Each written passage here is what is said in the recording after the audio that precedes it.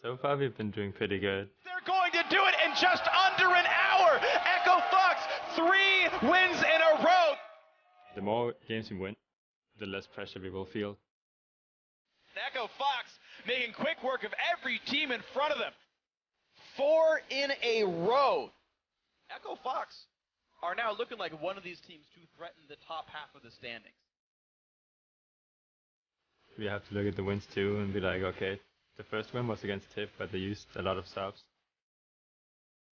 And then we won against Renegades, which is not really one of the top teams. Echo Fox get their second win against Renegades. Now you just have to look to what's next, and that is, of course, TSM and Immortals.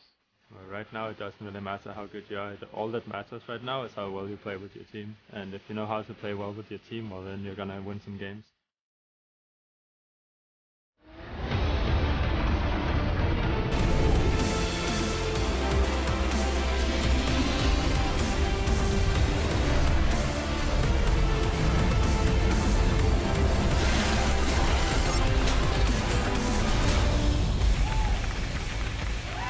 Welcome, ladies and gents, to Week 7 of the North American LCS. We've got lots of league action coming your way today, so sit back, relax, and enjoy the show.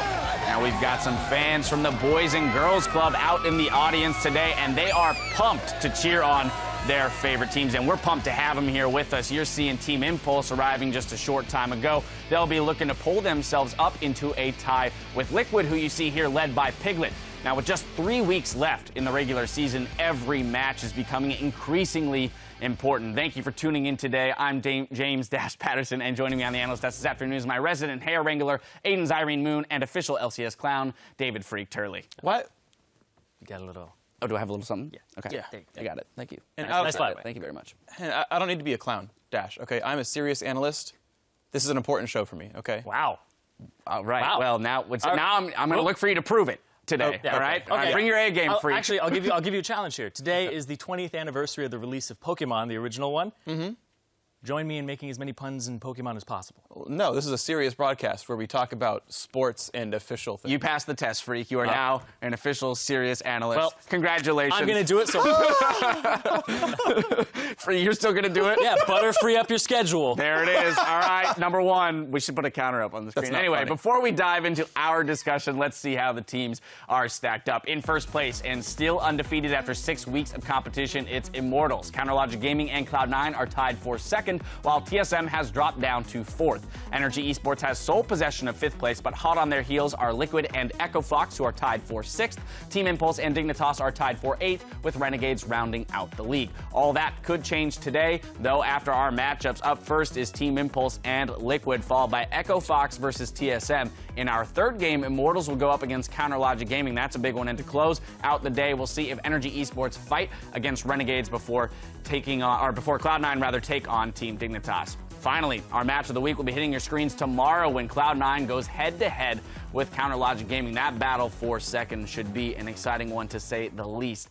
Now, with their win last week, Immortals have guaranteed themselves a playoff spot and are well on their way to earning that first-place seed. But the rest of the league is wide open, and we have a battle raging on both ends of the playoff spectrum. Let's start with that race for second place. C9, CLG, they're obviously occupying that spot as of right now, but TSM hot on their heels. Yeah, I think C9 is the team I want to bring up here because they have the easiest remaining schedule, and they've stepped up. Their schedule, they only play in their last 6 games one of the top 5 teams.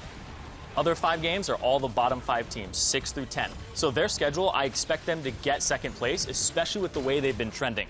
Their whole team has been stepping up. Balls is returning to form, and Jensen is now this team-fighting god that we were hoping he would be when he first arrived. So this entire squad looks like they have the synergy down. I expect C9 to get this second place in that bye. Yeah, C9 rolling on full cylinders here is so scary. I think these guys are definitely a team that can challenge Immortals in the postseason here. You have maybe the best mid laner in NA in Jensen, almost definitely the best AD carry in Sneaky. You have the best shot caller the Western League has maybe ever seen in high, maybe league in total has ever seen in high. Like, this is a team that is ridiculously scary, and I want to see them keep going up. So then what about their opposition in CLG, their current contender for second place? I mean, CLG is a really interesting team to look at because you can start with negatives by being like, oh, he's not as good as Cobelter was last year or this year. Styx is not as good as Doublelift was last year or this year. And yet, here they are, CLG in second place. while the individual skill is not maybe absolute top tier, they're still finding themselves here on top of some great macro play, some really awesome unique champion picks like Darshan's Pantheon. And this is really sweet. Like, CLG are a top team despite you maybe not expecting them to be that good. Yeah, and then they have TSM right behind them. And this is the thing where I'm not sure if TSM is going for that second place spot or not at the moment. Because the way I see the difference between CLG and TSM is CLG, they built this roster around the fact that they all work together. They're all friends. So that comes first. And then they win on top of that. So that helps them win. And with TSM, it's the other way around. When they win, they become better friends. So after their first O2 week, you're going to take out the winning part. Are they still going to have that cohesion, or is that going to fall apart? And that's what I'm looking for this week. Is TSM going to be able to bounce back? Yeah. Or is this the beginning of the end for them and they'll start sliding down the standings? It's definitely something to keep an eye on for TSM, how they rebound after that O2 week. Now let's flip to the bottom end of the playoff picture, that race for 6th place. We have Team Liquid, Echo Fox, Team Impulse, Dignitas, and Energy all kind of in that running. I want to start with Echo Fox, the team that's on a 4-game winning streak coming into this week. And I have so much hype for Echo Fox. Honestly, like, I think skill-wise, Echo Fox is at least number 5 team in NA. Today they played the number 4 team in TSM, so maybe that goes up as well. But these guys beat Energy, they beat Liquid, they've already beaten Impulse and Renegades. They're going to play Renegades again later on for a couple of wins. And skill-wise, this team is here and should make the playoffs. However, they had, like, 6 games in a row without their starting roster, which meant, well, their record's worse than it should be, and they might miss playoffs anyway. Yeah, their strength of schedule is rather difficult from here on out. They still have an Immortals game to play, I believe. So that might be another loss coming their way. I do think they are a playoff team. I think that they have that skill. KFO in the top lane is still a big question mark for me. He brought the Kayle. It looked good. His Malphites were good as well. But I want to see this team kind of branch out from that little kind of champion picks where they had that meta pod of champions that they were playing. And if they were able to expand that even more, because Froggen was saying they had one strat and they kept running it over and over again. I want to see more. Yeah, we'll see if they get some more strategic diversity. To touch on your KFO point as well, we've heard a couple of sound ups of the team in team fights, and dude's like straight up speaking in English. Like, you never would have guessed he was coming over from Korea. So, like, his progress as a teammate's been exceptional. You've seen his coordination in game, the Malphite ultis, the TPs. Nothing but praise for KFO so far. And to be fair, the Kayle performance was slightly tarnished by that early first blood in which still he lost lane. the vision in the tri-brush. And so it kind of started out on a bad note, still one lane, still ended up winning the game. So excited to see what else he might be able to pull out in the top lane. Meanwhile, let's talk about Energy. As you mentioned, Echo Fox is racing them for one of those top spots. They're already on a bit of a slide, and this week they're going to be playing with Laud as opposed to Altec. So losing one of their starting members, whereas Echo Fox has regained all of their starting members. Yeah, I think that this is a big thing here for Energy because they are starting to slide down the standings, and now Echo Fox is surging, possibly catching them. Team Liquid has been working with Weldon this week, this esports psychology mercenary. So Energy actually... He's everywhere. I know, he's everywhere for everyone. He's mercenary for hire, but of course all mercenaries are for hire. So it's redundant. Anyway, Thank you. Anyway. Energy, they're sliding down the standings right now, and they have teams that are on their trail that are going to catch them. And having Laud come in last minute here to sub in, I know they don't have that much practice with him. I know that this is going to be a synergy issue, which they've already had intact synergy issues with this team. This is a team that definitely looks like they could slide down to that 7th place spot, and that's what this week is about, because they're up against Renegades. If they drop a game here to Renegades because they don't have that synergy, they could be out of playoffs. Yeah, and it's interesting for Energy because they still have 3 teams within one game of them they play in the standings. Impulse is -1, Liquid or -2, Liquid's -1, and TSM's +1 wins. But depending on which Energy shows up, they could hop out. They've got a 1-game buffer over losing out on a playoff spot, but of course that can happen with 6 games to go. All right, well, as you mentioned, they've got a 2-game lead on Team Impulse. That's the last team I want to touch on because we've been all over the map when it comes to this team. We've had low expectations at the beginning of the season, then we saw them pick up some wins with their sub-roster when Seraph was in. We said, hey, maybe this team is a playoff team. Now they've got their main roster back. They've thrown a couple more losses onto the board. Where are we with this squad? I think that this squad, picking up 3 wins with Seraph, put them where they are in the standings, and I don't think they're a playoff team without Seraph. I think he brought a lot of shot calling to this squad that helped them even out both sides of the map. And with Feng in the top lane, they only have 1 victory and so many losses afterwards. They have 7 after that. Yeah, it's weird for Impulse. Like, they got to win over Team Dignitas with Feng. Okay. That's pretty solid. You beat another team around the sort of bottom 3 era, but yeah, beating up Liquid, beating up Echo Fox, I just don't see it happening. All right, well, with all of this information floating around, it's time for me to make you guys choose, put you on the spot here. Which of these teams do you think, or these teams rather, are going to be taking up those last 2 spots when it comes to the playoffs?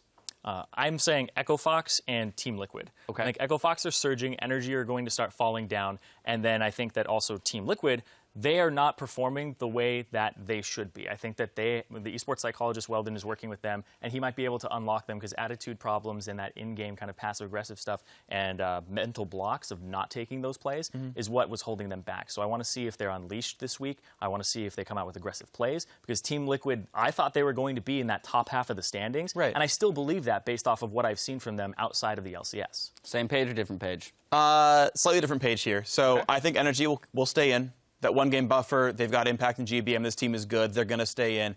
And skill-wise, I would say it would be Echo Fox in second spot.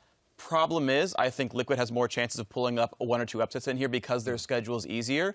There's just a higher chance that Liquid gets that 1 extra win over Echo Fox and gets the spot anyway, deservedly or not.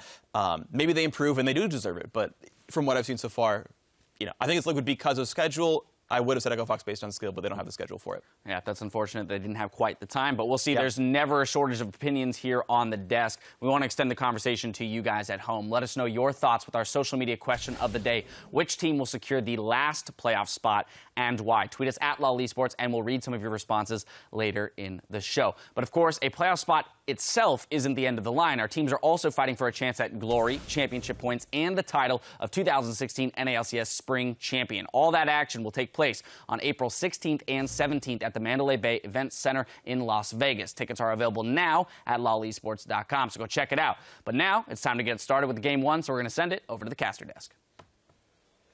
Good afternoon, League fans. Hello, I am Rivington Bizen III, and joining me on the caster desk today is the star of Team Fight Breakdown, Joshua Chatleesman. Damn, Riv, we just heard about championship points. That's really what's on my mind right now. But I'm other excited. than that, thank you for the... You got your ticket already? Yeah, I think so. Okay, yeah. That's good. I hope you guys Ticket get your to the tickets. caster desk? Everybody in the audience, get your tickets quick. They're going to go fast. We've got an exciting day of games, and it all starts here right now in Game 1. It's going to be Team Impulse going up against Liquid. You heard the desk talking about it. Team Impulse is right on the verge of that 6th place spot, but need a win here to tie it up with Liquid. And it's really tough for Team Impulse because despite being so close to Liquid in the standings, they haven't found a lot of success with their, quote, full roster. They currently have 4 wins, 3 of which were with a top lane sub with Seraph. And we can also look at the team's gold numbers to highlight some larger pain points. I mean, on average, Team Impulse are down 600 gold at 10 minutes, and the deficit increases to a whopping 2,100 gold on average by the 15-minute mark. And no other team in the North American LCS has a deficit greater than 1,000 at 15 minutes. And we have Team Impulse sitting there at 2,000, which makes them by far the worst in the league with that average. It's that instance. When they get better at it, though, they're going to be the best at coming back. It's just going to take time. Team Impulse, of course, is going up against Liquid, who looks strong in the first half of the split, but they have been slipping, no doubt. Yeah, they've been slipping pretty substantially, and they're a team that you expect to be in the playoffs. But right now, they're teetering on the brink. And we know that Matt and Dardoch have become the primary shot callers for the team. And it can actually be very hard to have strong mental fortitude in these situations, especially for rookie players.